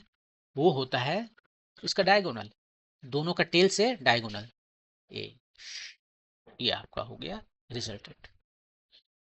और अब आप यहाँ पर ज्योमेट्री यूज कीजिए, ज्योमेट्री यूज कीजिए और बताइए कि डायरेक्शन क्या है। तो यहाँ पर एंगल निकाल लेते हैं, ये थीटा, डायरेक्शन ही पूछा है, तो डायरेक्शन निकालना है, तो और कुछ भी नहीं कर, केवल डायरेक्शन की बात हो रहा है, तो हम मैग्नीट्यूड वगैरह वगैरह से हमें मतलब नहीं है, तो डायरेक्शन निकालते हैं। अब यहाँ से डायरेक्शन हम देख सकते हैं, टेन थीटा, इसका नाम दे दें कुछ, ओ ए बी सी। तो टेन थीटा क्या हो जाएगा? देखिए इस ट्रायंगल में, triangle O B C, triangle O B C में टेन थीटा क्या हो जाएगा? C B divided by O B. और सी बी कितना है? सी बी वही है जो ओ ए है, ये मैग्नीट्यूड की बात कर रहे हैं, राइट? तो मैग्नीट्यूड इसका जो है, जो लेंथ इसका है वही लेंथ इसका है, और लेंथ क्या बता रहा है? ये जो वेक्टर का जो लेंथ है वो बताता है उसका मैग्नीट्यूड, जो किस केस में कितना है? वी डब्ल्यू, जो 12 है लिखेंगे तुरंत, और ए ओ बी जो है वी आर है, तो वी डब्ल्यू कितना है? 12, और ये 35, जो आ गया सो आपका, मैं इसको हम नहीं कुछ करने वाला हूँ, सीधे लिख देता हूँ, 10 इनवर्स 12/35। आप इसको लिए कैलकुलेटर यूज करना पड़ेगा, और तब आप जो भी एंगल आ जाए, बुक में दिया है कि समथिंग लाइक 19 डिग्री आएगा, आप निकाल सकते हो, देख सकते हो। वैसे यदि आप इसको थोड़ा और देखना ही चाहते हो, कुछ अंदाजा अपने से कि 90 डिग्री आएगा या नहीं, तो ऐसे करते हैं, इस पहले इसको डिवाइड करते हैं, तो देखिए कितना आ रहा है? 0.35 70 दूनी 140, 35 115, ठीक है, और 120 है, 5 हो गया तो 1, 15 हो गया तो 15 हो गया तो 4, कुछ ऐसे आया, 0.314 आया। ठीक है। अब ये 19 डिग्री है सही या कुछ गलत बोल रहा है? तो इसका नज़दीक वाला जो इसका वैल्यू आपको पता है, आपको तो value 0 degree, 30 degree, 45 degree, 60 degree और 90 डिग्री का तो वैल्यू पता ही है, बहुत शुरू से ही क्लास 8 7 से ही पता है। तो 10 जो सबसे नज़दीक में है, देखिए 0.34 आना चाहिए। 10 30 डिग्री कितना आता है? 10 30 डिग्री होता है 1/√3 नंबर में, तो √3/3, और √3 कितना है? 1.732/3, तो आ गया 0.521, सो समथिंग लाइक 0.57। तो 30 डिग्री रहने पर जो है सो 0.57 है, ये जस्ट 0.31 है। और जैसे जैसे एंगल बढ़ता है, 10 का वैल्यू बढ़ता है, एंगल घटता है तो 10 का वैल्यू घटता है। तो ये एंगल जो यहाँ पर आएगा वो 30 डिग्री से तो कम आएगा। तो 30 डिग्री से कितना कम आएगा पता नहीं, यहाँ पर उसने लिखा 19 डिग्री, तो सही लग रहा है। तो ये जस्ट आपको एक आइडिया देगा, ये 0.57 है, हाँ, और 0.3 है तो इससे थोड़ा कम होगा। तो देखिए इसमें मैग्नीट्यूड पूछा नहीं इसने, केवल डायरेक्शन पूछा। तो छाता को किधर रखना है? वर्टिकली से थोड़ा टिल्ट करना है इधर, छाता को टिल्ट करना है। किधर टिल्ट करना है? ये ईस्ट की तरफ टिल्ट करना है, राइट। छाता सीधा रखा हुआ, उसे ईस्ट की तरफ टिल्ट कर दीजिए, मैंने अपना जो नीचे वाला जो हैंडल है उसे वेस्ट की तरफ ले जाइए, और टॉप जो है सो ईस्ट की तरफ जाएगा। कितना डिग्री से? ये 20 डिग्री से। तब पानी आपके ऊपर नहीं आएगा बढ़िया से, नहीं तो साइड से पानी आ जाएगा। किस स्पीड से पानी आ रहा था क्वेश्चन में नहीं पूछा, लेकिन हम निकाल सकते हैं। ये जो पानी है, बारिश की जो बूंदे हैं, किस स्पीड से आपको हिट कर रही है। यदि हवा नहीं बहती तो 35 मीटर पर सेकेंड, हवा बह रही है तो 35 से ज़्यादा स्पीड से हिट करेगी या कम स्पीड से हिट करेगी, देख लीजिए। अब देखिए ये निकालना है क्या, किस स्पीड से हिट कर रही है, वह ओसी। ओसी ही तो रिजल्टेंट है, तो इसका लेंथ जो है मेजर देगा उसका मैग्नीट्यूड का। तो ओसी कितना हो गया? ओसी हो गया सीबी का स्क्वायर, पाइथागोरस थ्योरम, ओबी स्क्वायर। सीबी कितना है अभी देख लिए, सीबी और ये वी डब्ल्यू दोनों सेम है, वी डब्ल्यू स्क्वायर, और ओबी जो है, ओबी ये वी आर स्क्वायर हुआ। वैल्यू रख के देख लेते हैं, एक है 12, एक है 35, एक आया 144, और ये कितना आया 5 × 5 25, 5 2 बच गया, 5 या 15 2 30, 2 32, 3 बच गया, 3 3 9 2 11, इतना आया। 5 4 9, 2 4 6, 11 1 12, 1269। सो 40 से थोड़ा कम है लेकिन 30 से ज़्यादा है। अब कितना आया मुझे नहीं पता, अब निकालना पड़ेगा इसे। तो आप निकाल लो, इसका स्क्वायर रूट निकाल रहे हैं। 3339, बच गया 3, ये हो गया 6, 6 9 यहाँ पर हो गया।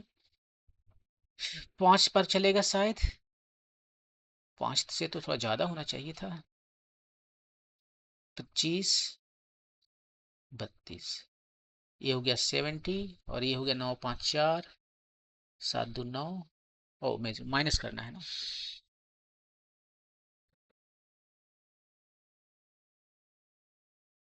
हम्म 35 ये 6, something like 35.6, 30.56 metre per second, just थोड़ा सा ज़्यादा है। ये 35 से जस्ट थोड़ा सा ज़्यादा आया। तो स्पीड में कोई खास फर्क नहीं आया, लेकिन डायरेक्शन में आ रहा है कि आपको ये 20 डिग्री जो है सो रोटेट करना पड़ेगा बचने के लिए। ओके, मूव करते हैं next thing, resolution of A vector. Resolution of A vector, एक वेक्टर को जो है मुझे रिजॉल्व करना है।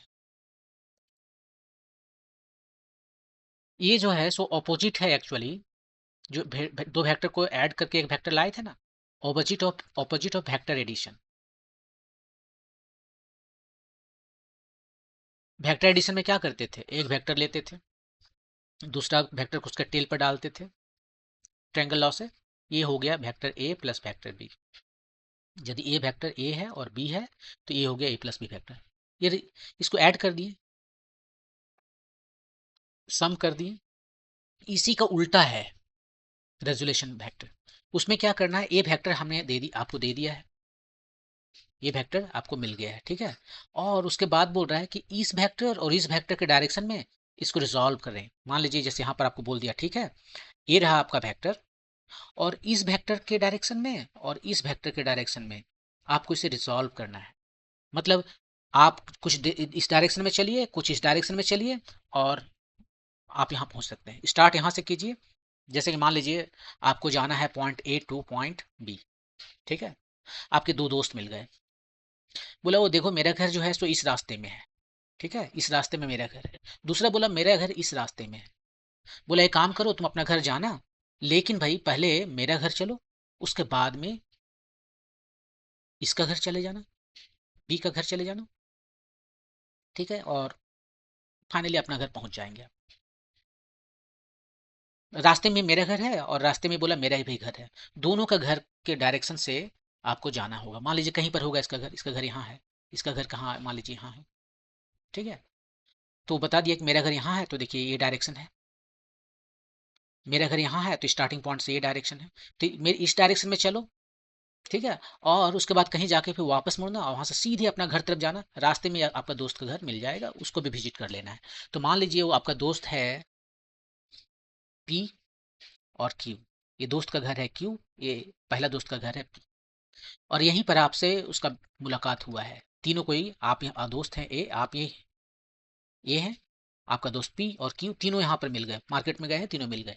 उसने बोला मेरे घर भी चलो पहले, उसके बाद में अपने दूसरे क्यू के घर का दोस्त चलेंगे, फिर तीनों मिलकर बी आपका घर चले जाएंगे। तो क्या करेंगे आप बोलेंगे ठीक है वही करते हैं, लेकिन आपको स्ट्रेट लाइन में चलना है, एक जगह केवल डायरेक्शन चेंज करना है।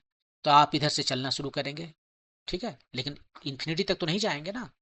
और इधर से मान लीजिए कहाँ पर टर्न लेना चाहिए, आपको यहाँ पर टर्न लेना चाहिए। मैं इसको थोड़ा सा मूव करने की कोशिश करता हूँ, देखते क्या होता है।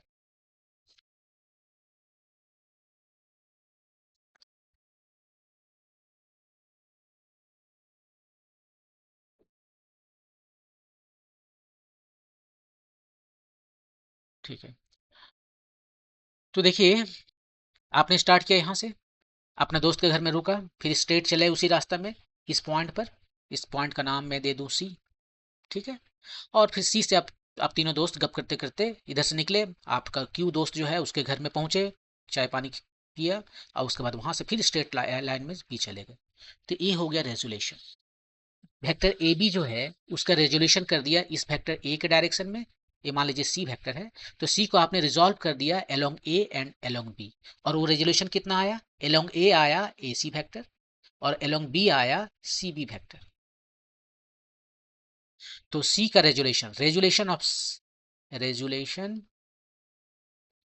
सी अलोंग ए वेक्टर कितना आया, वो आया ए सी वेक्टर, और resolution of C along B vector कितना आया, वो आया सी बी वेक्टर। आपको जाना है ए से बी तक, सीधे जा सकते थे, लेकिन दोस्त मिल गया तो बोला मेरा घर इस डायरेक्शन में है, दूसरा बोला मेरा घर वहां पर है। तो ऐसा करो कि भाई पहले मेरे घर चलो, फिर वहां से टर्न लेके दूसरा दोस्त के घर जाएंगे, वहां से सीधे आपके घर चले जाएंगे, लेकिन कंडीशन ये है कि एक ही बार टर्न लेना है। तो आप अपने दोस्त पहले दोस्त के घर गए, सीधा गए, यहाँ पर टर्न लिए और सीधे अपना बी पर पहुंच रहे हैं, लेकिन रास्ते में दोस्त के घर में भी थोड़ा सा रुक लिए। तो जो आपका ओरिजिनल फैक्टर था, आपको अपना घर ए से मार्केट से जो घर जाना था आपको, ये जो घर जाना था, उस वेक्टर को ना लेकर आपने लिया वेक्टर ए सी और सी बी। तो ए सी और सी बी जो है सो आ गया इसका रेजुलेशन, सी वेक्टर का रेजुलेशन एलोंग ये वेक्टर, ये वाला जो वेक्टर है direction, and along B direction. देखिए एक वेक्टर को आप हजारों तरीकों से रिजॉल्व कर सकते हैं, जैसे यहाँ पर मैं एग्जांपल में बताता हूँ। फिर देखिए ये रहा आपका घर और मार्केट, ये रहा आपका ए और बी, ये आपका घर है और ये रहा मार्केट। मार्केट से घर जाना है, आप बहुत तरीके से जा सकते हैं। आप कह सकते हैं कि ठीक है हम ऐसे जाते हैं, ठीक है, तो ये भी इसका रेजुलेशन हुआ, एक ये वेक्टर हुआ, ए और बी वेक्टर, ए और बी वेक्टर जो है, ए वेक्टर मैं यहां से यहां तक ले रहा हूं, ये रेजुलेशन हुआ। आप बोले नहीं मैं ऐसे नहीं जाऊंगा, मैं ऐसे जाऊंगा,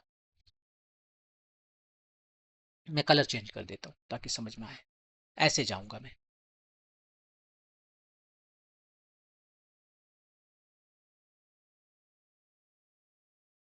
ऐसे जाऊंगा, ठीक है। तो ये जो है सो रेजुलेशन हो गया दूसरा वेक्टर, इसको आप सी एंड डी कहिए। तो ए बी वेक्टर जो है, ये वेक्टर को क्या नाम बोलूं, कैपिटल ए बोलता हूँ। उसका रेजोल्यूशन स्मॉल ए स्मॉल बी है, इसका resolution small C small D है। या आप यदि चाहो तो ऐसे भी जा सकते हो, इधर से, और इसका नाम दे दिया मैंने ई और एफ, ई वेक्टर और एफ वेक्टर। तो ए भी जो वेक्टर है, मीन्स कहने का मतलब है कि जो वेक्टर ए है इसको मैंने रिजॉल्व कर दिया है स्मॉल ए में और बी में। इसी को मैंने रिजॉल्व कर दिया है small C and small D में। इसी को मैंने रिजॉल्व कर दिया है ई में और एफ में। तो देख रहे हैं आप क्या कर रहे हैं, ये दोनों को ऐड करते तो ये मिलता, सी डी को ऐड करते तो ये मिलता, ई एफ को ऐड करते तो ये मिलता।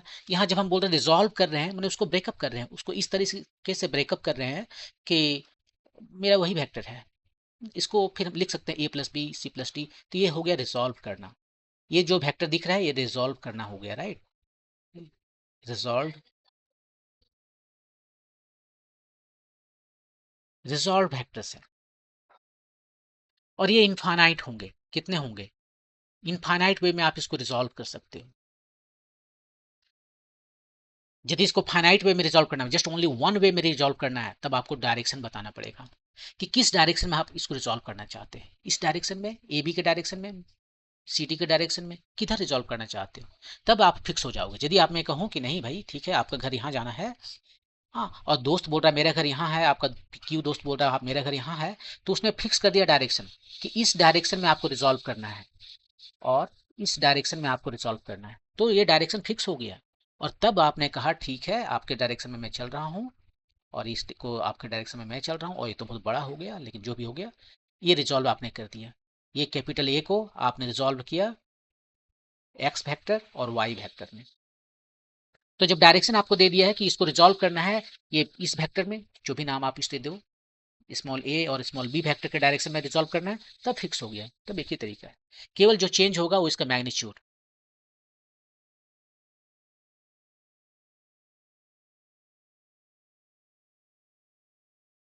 तो आप ये कह सकते हो इसे यहाँ पर कि किसी भी वेक्टर ए को, आप देखिए इस जो वेक्टर हमारा यहाँ से यहीं तक है ना, ए, और बी वेक्टर हमारा यहाँ से यहीं तक है, तो उसके डायरेक्शन में हमने इसको जो रिजॉल्व किया है ए के डायरेक्शन में, कितना बड़ा वेक्टर है हमारा, ज़्यादा बड़ा है ना, तो किसी नंबर से मल्टीप्लाई करना पड़ेगा। और बी के डायरेक्शन में भी इसको मल्टीप्लाई करना पड़ेगा, क्योंकि इसको रिजॉल्व करने के बाद हमारा बहुत बड़ा वेक्टर आया था, यहाँ से यहाँ तक बड़ा वेक्टर आया और यहाँ से यहाँ तक आया। और ये जो वेक्टर दिख रहा है ये यदि हमारा छोटा है यहाँ से ये तक है, तो हमें किसी नंबर से मल्टीप्लाई करना पड़ेगा। और वैसे ही बी को हमें एक बड़ा नंबर से मल्टीप्लाई करना पड़ेगा, ताकि हमारा ये दो ठो वेक्टर बने जिसको ऐड करने पर हमें ए मिलेगा। तो यहाँ पर हम कह रहे हैं कि ए को हम vector small A, capital A vector को स्मॉल ए वेक्टर और स्मॉल बी वेक्टर में रिजॉल्व कर सकते हैं। जो सबसे ज़्यादा यूजफुल है इसको रिजॉल्व करने का, वो रिजॉल्व हम करते हैं कार्टेशियन कोऑर्डिनेट सिस्टम में। मतलब हमारा कार्टेशियन कोऑर्डिनेट सिस्टम है, ये एक्स है ये वाई है, राइट। और कोई वेक्टर हमारे पास है यहाँ पर, तो इसको हम यूजुअली रिजॉल्व करते हैं एक्स और वाई में। फायदा यहाँ ये है कि इसके पहले आप देख रहे हैं जो ए और बी वेक्टर है इसके बीच का एंगल क्या है, ए और बी के बीच का एंगल जो दिख रहा है आपको, वो कुछ भी हो सकता है, पता नहीं वेरी कर रहा था। लेकिन यदि इसके बीच का एंगल 90 डिग्री हो जाए तो एक स्पेशल पर्पस ये फुलफिल करता है, और यही करता है कार्टेशियन कोऑर्डिनेट सिस्टम, जहाँ पर एक्स और वाई वो 90 डिग्री पर होते हैं। तो यूजुअली हम लोग क्या करते हैं, किसी भी वेक्टर जो है वेक्टर ए लिए हुए हैं, इसको रिजॉल्व करते हैं एक्स के डायरेक्शन में और वाई के डायरेक्शन में। यहाँ पर एक्स के डायरेक्शन में यदि केवल डायरेक्शन की बात करना है, जैसे कि हमें बता रहे थे वहाँ पर कि ए वेक्टर और बी वेक्टर बोल रहे थे, यहाँ पर वो ए वेक्टर हम बोलते हैं यूनिट वेक्टर ले लेते हैं, जिसको हम स्मॉल आई और उसको ऊपर हैट से डिनोट करते हैं। वाई के डायरेक्शन में यूनिट वेक्टर जो है उसको हम जे से डिनोट करते हैं। ये यूनिट वेक्टर है, इसका मतलब है कि इसका मैग्नीट्यूड जो है कितना है, 1 है, और डायरेक्शन इसका एलोंग एक्स एक्सिस है। वही जो है सो जे वेक्टर का भी मैग्नीट्यूड 1 है और डायरेक्शन उसका एलोंग वाई एक्सिस है। तो ये यूनिट वेक्टर है आई, मतलब डायरेक्शन केवल बता रहा है, इसका मैग्नीट्यूड तो 1 है। किसी के भी साथ मल्टीप्लाई कर दें यदि कर सकते हैं तो, या लिख दें एक्चुअली, जैसे हम 5i लिखते हैं, तो एक भी बता रहा है ये एक वेक्टर है जिसका डायरेक्शन अलोंग एक्स एक्सिस है, और इसका मैग्नीट्यूड कितना है, ई आई का जो मैग्नीट्यूड है जो कि 1 है उसका 5 टाइम ज़्यादा है, मतलब 5 यूनिट मैग्नीट्यूड है। यदि हम -3j लिखें तो इसका मतलब है कि ये अलोंग माइनस वाई एक्सिस है, वाई प्राइम एक्सिस है, वाई प्राइम इसलिए क्योंकि माइनस जे यहाँ दिख रहा है, और यूनिट कितना है, 3 यूनिट इसका लेंथ है। तो इस तरह से हम इसको रिजॉल्व करते हैं एलोंग एक्स एक्सिस और वाई एक्सिस में। कैसे? तो ये जो वेक्टर है इसको हम लिखेंगे लैम्डा आई प्लस म्यू जे। अब लैम्डा और म्यू क्या हो जाएगा, इसको आप यहां से परपेंडिकुलर ड्रॉ कीजिए। ये एंगल यदि मान लीजिए थीटा है, ये वेक्टर ए है, ये एंगल थीटा है, तो ए कितना आएगा, आप ट्रिगोनोमेट्री यूज कीजिए। तो ए आ जाएगा आपका ए साइन थीटा, और यहाँ पर ए जो मैं लिख रहा हूँ बिना वेक्टर साइन का, इसका मतलब उसका मैग्नीट्यूड लिख रहा हूँ। और ए कितना आएगा, ए आएगा आपका ए कॉस थीटा। आप इसको साइन थीटा यहाँ पर लिख के देख सकते हैं यदि इसमें डाउट डाउट लग रहा है तो।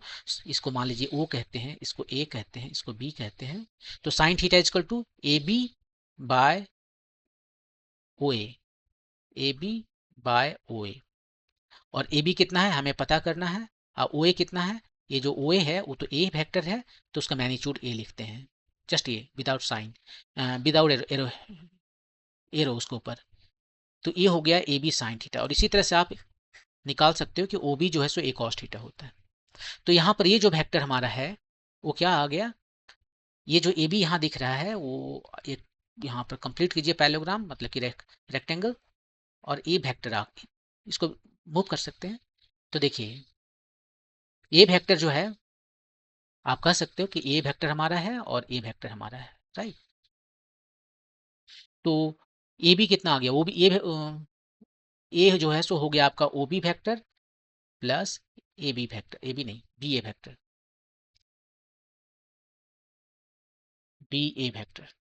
और ओ बी वेक्टर कितना है, ओ बी का मैग्नीट्यूड कितना है, ए कॉस थीटा, और डायरेक्शन उधर कैसे दे देंगे, आई से। और बी ए को जो है सो ए साइन थीटा, डायरेक्शन क्या दे दें, जे। इसको हम यूजुअली ए कॉस थीटा जो है ना उसको ए एक्स कहते हैं। ए एक्स मतलब component of A vector A along X direction, X axis, और यहाँ पर डायरेक्शन दे दिए। Component of A sine theta को क्या कहते हैं, A Y, component of vector A along Y direction मतलब जे एक्सिस, और यहाँ पर डायरेक्शन दे देते हैं। तो ये हो गया यहाँ पर रेजुलेशन, रेजुलेशन किधर हो गया, किस डायरेक्शन में, resolution along Cartesian coordinate system, Cartesian coordinate system. अब यहाँ पर क्या है कि यदि आपको पता है कोई वेक्टर, यदि कोई वेक्टर आपको पता है, मान लीजिए ए वेक्टर आपको पता है, तो इसमें दो चीज़ें पता होना पड़ेगा आपको, ए को पता होना पड़ेगा मैंने मैग्नीट्यूड, और उसका डायरेक्शन पता होना पड़ेगा। और डायरेक्शन यहाँ पर थीटा हम लिखते हैं, ये थीटा जो है सो एक्स एक्सिस के साथ में। ये दो चीज़ पता है तो आपको ए वेक्टर ए पूरी तरह से पता है, ये दोनों पता है तो इसका दोनों चीज़ पता हो गया, मैग्नीट्यूड पता हो गया, डायरेक्शन पता हो गया। और यदि ये वेक्टर कंप्लीटली आपको पता है तो आप इसको रिजॉल्व कर सकते हैं along X axis Y axis. कैसे, आप इसको सिंपली लिख सकते हैं vector A is equal to A X I plus A Y J. और ए एक्स कितना होता है, ए कॉस थीटा, ये जो है सो ए कॉस थीटा होता है, ग्राफिकली आप इसको देख सकते हो, और ये साइन थीटा होता है। तो यहाँ पर ए एक्स को लिख सकते हो सिंपली ए कॉस थीटा, और इसको लिख सकते हो ए साइन थीटा। तो इस तरह से यदि आपको, आपके पास कोई भी वेक्टर है, वो यदि पूरी तरह से आपको पता है उस वेक्टर के बारे में, मतलब उसका मैग्नीट्यूड और डायरेक्शन दोनों पता है, तो कहने का मतलब है ए जो मैग्नीट्यूड है और थीटा पता है, तो आप तुरंत तुरंत इसे ए कॉस थीटा आई प्लस ए साइन थीटा जे लिख सकते हैं। ए कॉस थीटा इसका एक्स कंपोनेंट हुआ, कंपोनेंट अलोंग एक्स एक्सिस, और ए साइन थीटा जो है सो वाई कंपोनेंट हुआ अलोंग वाई एक्सिस। इसको कहते हैं एक्स कंपोनेंट, और इसको कहते हैं वाई कंपोनेंट। और इसका उल्टा कन्वर्स इसका जो है, यदि आपको कंपोनेंट पता है ए एक्स पता है और ए वाई ये पता है, तब आप जो है सो ए वेक्टर बता सकते हैं। यहाँ से ए वेक्टर क्या हो जाएगा, सिंपली ए एक्स आई ए वाई जे, ये आपका वेक्टर हो गया। मैग्नीट्यूड कितना आ जाएगा, मैग्नीट्यूड यहाँ से देख लीजिए, यही आपका ए एक्स है, यही आपका ए वाई है। पाइथागोरस थ्योरम लगाकर आप मैग्नीट्यूड निकाल सकते हैं। आपको पता है ए एक्स ए वाई, आपने पता कर लिया तुरंत मैग्नीट्यूड ए का। डायरेक्शन भी पता कर सकते हैं। डायरेक्शन क्या हो जाएगा, डायरेक्शन जो है सो ए वाई बाय ए एक्स, ए वाई बाय ए एक्स, ये टेन थीटा आया। अब वैल्यू रखने के बाद में टेन थीटा का वैल्यू कितना आया उससे आप थीटा निकाल सकते हैं। तो अभी तक हमने जो बातें की वो था 2 डायमेंशन में। 3 डायमेंशन में जहां पर एक्स वाई और जेड तीनों डायरेक्शन होगा।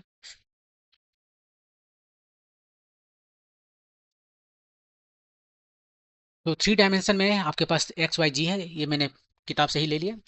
ये देखिए एक्स एक्सिस है, ऊपर तरफ इधर वाई एक्सिस दिखा रहा है और इधर जेड एक्सिस दिखा रहा है। और जो वेक्टर आपका है वो वेक्टर ए है।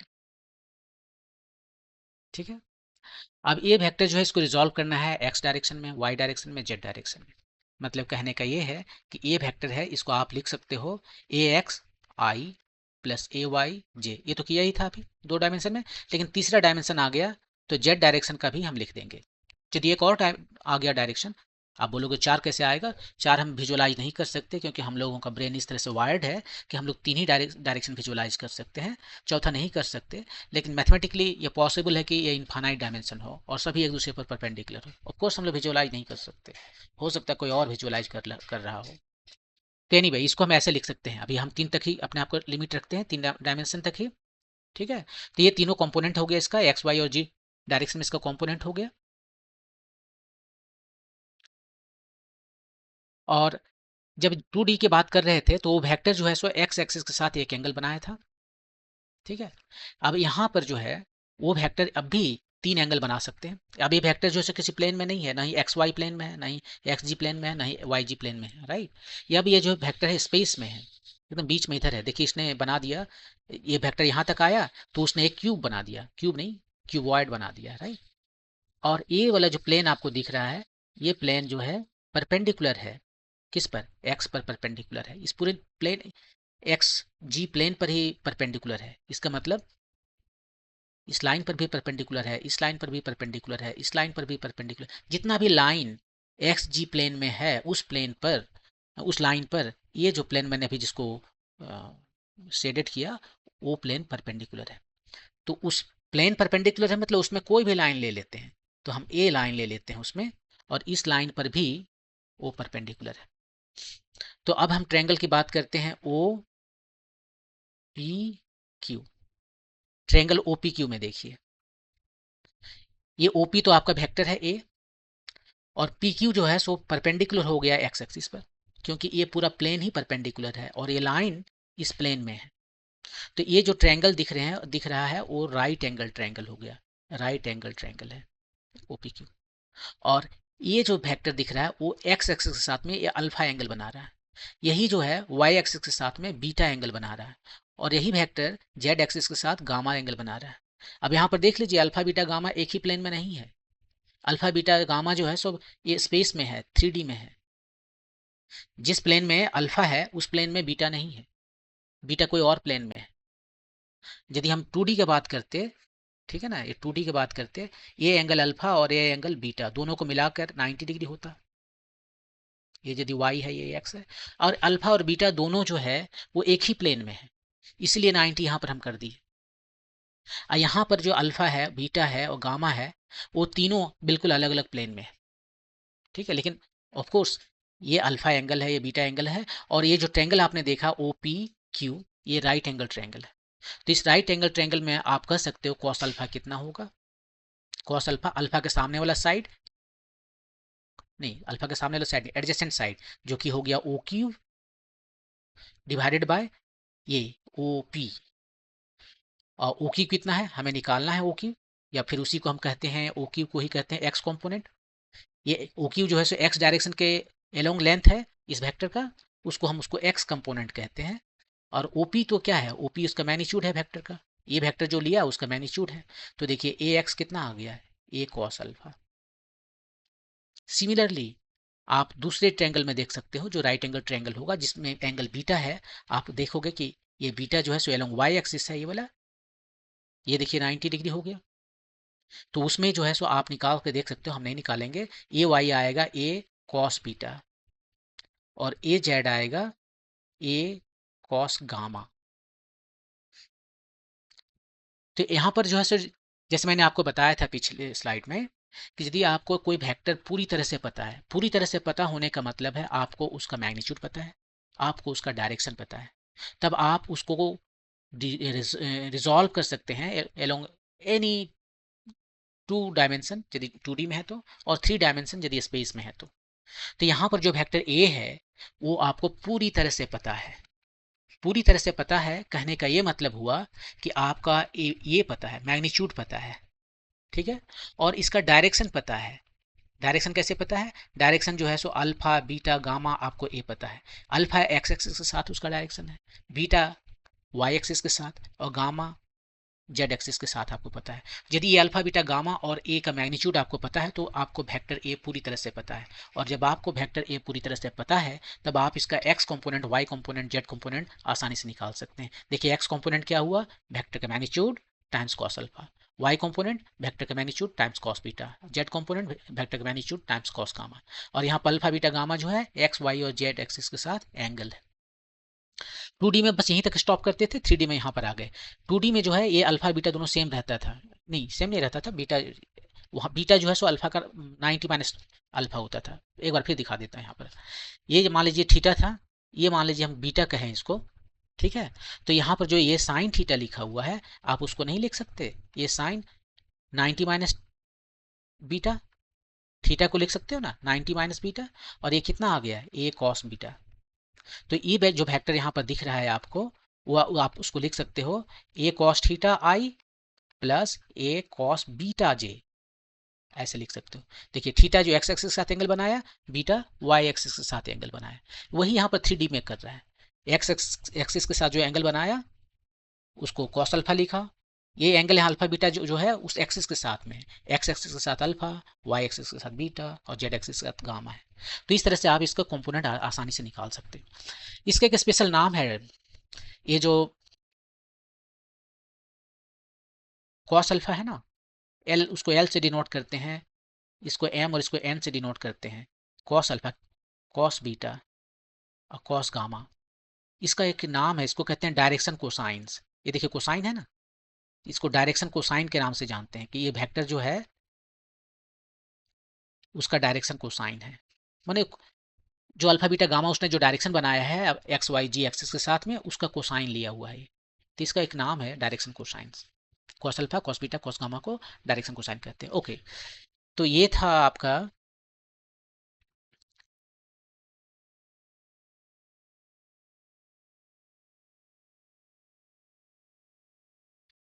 रिजॉल्व करने का तरीका कि कैसे यदि एक वेक्टर आपको पता है तो आप उसे कैसे एक्स वाई और जी डायरेक्शन में रिजॉल्व कर सकते हैं। और इसका कन्वर्स, यदि आपको उसका कंपोनेंट पता है, कंपोनेंट यदि पता है आपको, ए एक्स पता है, ए वाई पता है, ए जेड पता है, तो आप उस वेक्टर को तुरंत पता कर सकते हैं। केवल तीनों कंपोनेंट पता है तो वेक्टर को पता करना आसान है। पहले देखिए मैग्नीट्यूड पता करना होगा, मैग्नीट्यूड कैसे करेंगे पता, इस फिगर में देख लीजिए, ये वेक्टर क्या होगा, ए X square plus A Y square plus A G square. यही तो आसानी है इस वेक्टर का, इस मेथड का। यहीं से आप देख सकते हैं तीनों को मल्टीप्लाई करेंगे, ए X square plus A Y square plus A Z square, तो ये आपको आएगा ए स्क्वायर आएगा। यहाँ पर बहुत क्लियर नहीं है आपको लेकिन ये उतना आता है, अभी उतना ही आप देख लीजिए, A X square plus A Y square plus A G square, क्योंकि A X component Y component Z component को हम ऐड करेंगे तो उतना आएगा। और डायरेक्शन, डायरेक्शन निकालना है तो कॉस अल्फा तुरंत निकल जाएगा। क्या करना है, एक इसका X component divided by A, beta जो निकालना है बीटा है वाई एक्सिस के साथ जो एंगल बना रहा है वो कितना हो जाएगा ए वाई, और गामा ये होगा। 2D में याद कीजिए, 2D से इसको कंपेयर कीजिए तब लाइफ इजी हो जाएगा, मतलब तब समझने में ज़्यादा इजी हो जाएगा। 2D में क्या था, ए X square plus A Y square, यहाँ पर फिगर भी बना लेते हैं 2D में। ये एंगल था थीटा और ए एंगल हम बीटा कर रहे हैं अभी। थीटा के टर्म में था हमारा ए, क्या था, ये था ए कॉस थीटा और ये था ए साइन थीटा। ये साइन थीटा को आप बीटा के टर्म में लिख सकते हो, ए कॉस बीटा था। डायरेक्शन निकालना था तो तुरंत निकल जाता था, cos theta equal to A X by कितना ए, यहाँ पर भी वही किए हैं, एक्स के साथ में जो एंगल है वो ए एक्स बाई ए, वाई के डायरेक्ट साथ जितना एंगल है उसको ए वाई बाई ए लिख सकते हैं। यहाँ पर भी आप देख सकते हो वाई के साथ जो एंगल है वो हमें निकालना चाहिए, उसका कॉस बीटा। कॉस बीटा कितना आएगा, कॉस बीटा जो है सो है कॉस 90 माइनस थीटा, मतलब साइन थीटा। और साइन थीटा कितना होता है, साइन थीटा यहाँ से देख लीजिए, साइन थीटा होता है ए वाई बाई ए, देखा आ गया, A Y by A. Cos theta A X by A. तो वैसे ही जेड के साथ कर सकते हैं, cos gamma A Z by Z. तो कहने का ये मतलब है कि यदि आपको कोई वेक्टर कंप्लीटली पता है तो आप उसका डायरेक्शन पता कर सकते हैं एक्स वाई जी के साथ, और वो डायरेक्शन तुरंत पता हो जाएगा। उसका कंपोनेंट पता कर सकते हैं, A cos alpha A cos beta A cos gamma. ये डायरेक्शन तुरंत पता है इसलिए कर सकते हैं क्योंकि मैंने कहा वो वेक्टर आपको पूरी तरह से पता है, उसका मैग्नीट्यूड पता है, उसका डायरेक्शन पता है। और इसका उल्टा कन्वर्स जो है, यदि तीनों कंपोनेंट आपको पता है तो आप जो है सो तुरंत उसका मैग्नीट्यूड निकाल सकते हैं, square root over A X square plus A Y square plus A Z square. Angle निकाल सकते हैं, cos A alpha equal to A X by A, ये अभी तुरंत ए निकाल लिया, ए एक्स ए वाई ए जी जो है ये आपको पता है ऑलरेडी। और ऐसे बाकी कॉस बीटा कॉस गामा भी आप निकाल सकते हो, इसका मतलब है अल्फा बीटा गामा आप निकाल सकते हो। तो यहाँ पर मैंने आपको बताया इस सेक्शन में कि यदि कोई वेक्टर आपको पूरी तरह से पता है तो आप उसे रिजॉल्व कर सकते हो, मैंने एक तरह से ब्रेकअप कर सकते हो, डिकम्पोज कर सकते हो along X axis Y axis और जी एक्सिस। और इसका कन्वर्स, यदि आपको कंपोनेंट्स पता है along X axis Y axis और जी एक्सिस में, तो आप जो है उस वेक्टर को पूरी तरह से पता कर सकते हो, उसका मैग्नीट्यूड पता कर सकते हो, उसका डायरेक्शन पता कर सकते हो along X axis Y axis और जी एक्सिस के साथ। तो इसमें इतना ही, और इस वीडियो में भी इतना ही। नेक्स्ट वीडियो में जो है सो हम आगे बताएंगे कि मैग्नीट्यूड कितना होगा दो वेक्टर को ऐड करने पर, और बाकी सारी चीज़ें, वेक्टर एडिशन, मैग्नीट्यूड वगैरह और उसका मल्टीप्लिकेशन वगैरह का। Thank you.